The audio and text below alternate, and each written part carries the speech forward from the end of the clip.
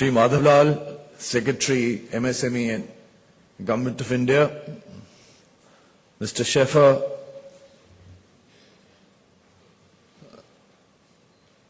Mr. Maini, Professor Alag, my colleague from CII, Sartan Agpal, other dignitaries on the dais, ladies and gentlemen. A very good morning. I'd first and foremost like to really recognize the contribution of Mr. Madhavlal, who I've interacted with on many occasions and found him a thought leader in many of these processes which are bringing forth a very essential sector of our economy, and that's the MSME sector.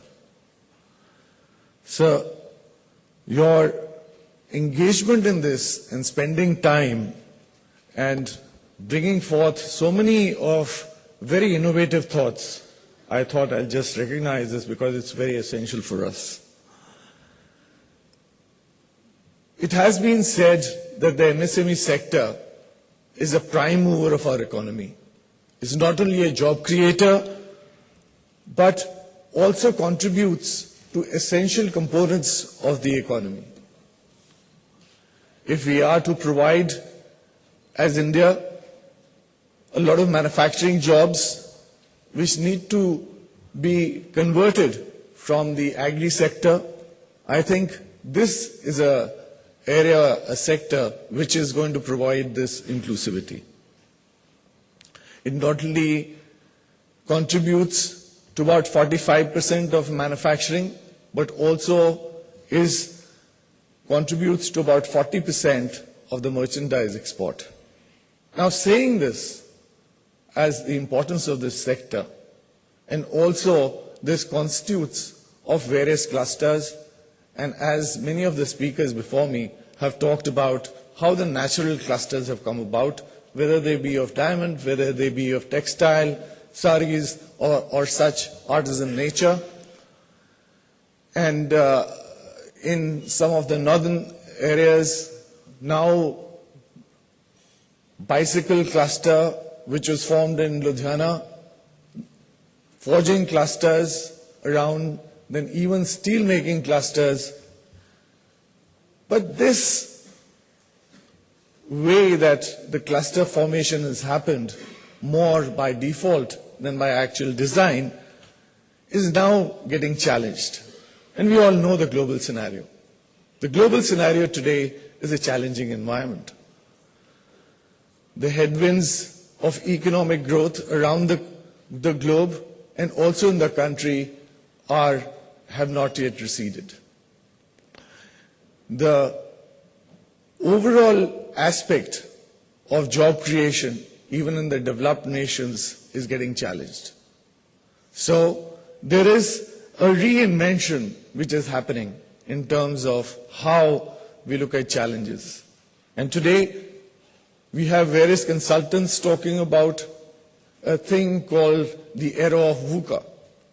VUCA being the volatility in the environment, uncertainty in the overall future, complexity in the way we deal with issues, and ambiguity, which is overall in terms of how we deal with various frameworks. Now, to deal with these issues, which are more supplemented with all these volatilities and then the global supply chains and global adjustments which are happening through the various trade pacts, whether they be multilateral or bilateral, are now putting the MSMEs under a lot of stress, and thus also the clusters. If we are to recognize this, then we need an innovative process, and I think this summit today, which will be over the next couple of days, is changing the paradigm of cluster development, is very, very pertinent. And if these risks are to be addressed, we need a solution which is more forthwith and more out of the box rather than a more traditional oriented way and methodology. I think in that recognition, we need to understand that the clusters which have been traditionally there need to now reinvent themselves. They need not only the sustainability, which they're challenged for, and sustainability, I'm talking about the environmental sustainability, because the aspect of the future is going to be challenged by, in many ways, in technology, in the way we deal with environment of the future, how the economics and the economic activity around is going to happen, and how these linkages are going to be leveraged through this now reinvented world of highly connected individuals and companies. This also adds on to itself the aspect of inclusivity in society and then the political environment, which is also of essence to be recognized. In this, a total upstream and downstream linkages, if they are to be done as a cluster, I think the solutions need to be deliberated, which need to be of the future. And I've just enunciated some of the challenges.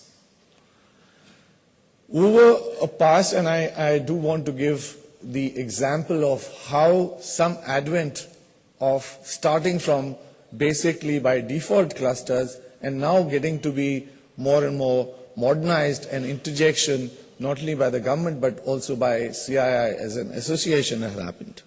And let me talk about specific clusters of autos.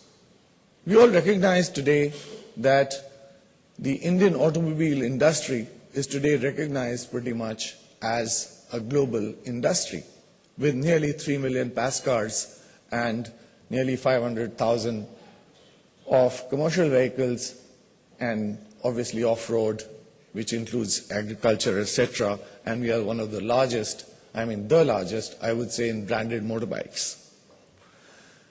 It did not happen in a way that everything was designed.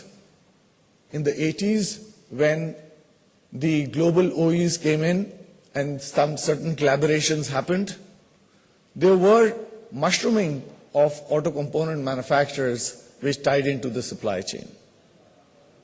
They were primarily how it happened, and belonging to that sector, I have been part of that story. So the way this happened, that part of the technology started flowing in, and the best practices, the global best practices, were quickly imbibed by a compulsive method that unless we as component makers could imbibe these technologies and could be competitive as a global world, we would be wiped out. Because what happened very close to in the later 90s, that the external barriers to trade were dropped immensely as far as the auto component world was concerned. So that was an imperative of drive. And thus, you now see very mature clusters around the National Capital Region, around the Mumbai-Pune belt and the Chennai-Bangalore belt.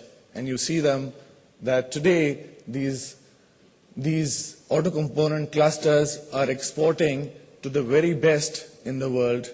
For example, we are exporting to the global OEs as single source from our companies. That could have only happened when a total thought process was put in as how the competitiveness could be put together. We as an association of CII and also the Association of Auto Component Manufacturers came together to start competitive cluster building, and started with foundation clusters, to start with very basics of how to organize within the four walls of the company, and going on to a level of upstream and downstream, even organizing the overall supply chains, looking at the second and the third tiers, and also looking at how to develop customers, etc. And this is the ambition of our newer cluster programs of CII, which has been doing a tremendous work along with very well ably supported by our ministry to make sure that now we get into a cluster activity which can encapsulate and move the SMEs to the next level by looking at the total business processes rather than just within the four walls of the company. In the recent, I just came across, while preparing for this this morning, I came across a study by PwC which talks about future clusters, and it's as futuristic as 2040. And I was amazed to see that the major clusters, and I was in some sense flattered that our sector was mentioned, that autos is going to be one of the future clusters and all this is going to move east, but I was slightly disappointed that it was all the two clusters were going to be in actually somewhere around Tianjin and somewhere the second one also somewhere in China, and only cluster which was going to be a mega cluster was the film making cluster in India. So that was one of the kind of things possibly. So we need to work harder on this and make sure that we also have the auto cluster way down in 2040, which will be of a mega size, and we would be some sort. The other cluster which was there, which was mentioned, was the pharma cluster. And I do hope there as well that India will be one of the key markers in that sector as well.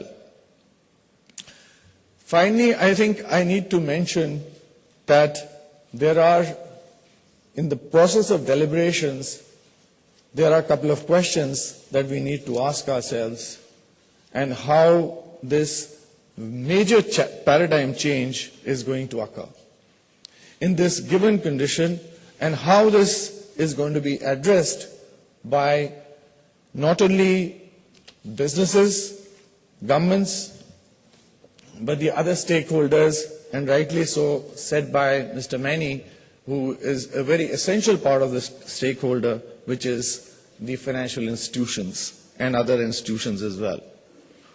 So, recognizing that what we call VUCA is the new norm, globalization is a new norm, how does this new paradigm shift happen? I think this deliberation would be of value. However, the basic building blocks still need to be around. And those basic building blocks, obviously, are of the infrastructure, of the basic institutional building, and taking it to the next level.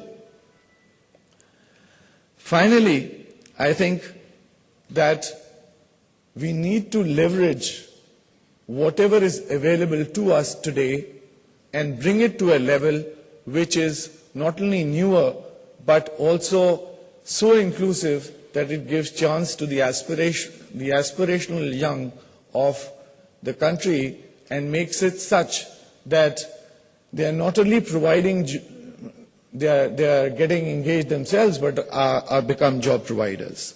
So with this, I would again like to compliment the organizers for organizing this summit, and I do hope that this summit gets to this value, and if not answer some questions, but at least raises some more unknowns to know how we can change this paradigm and bring value to the cluster movement. Thank you.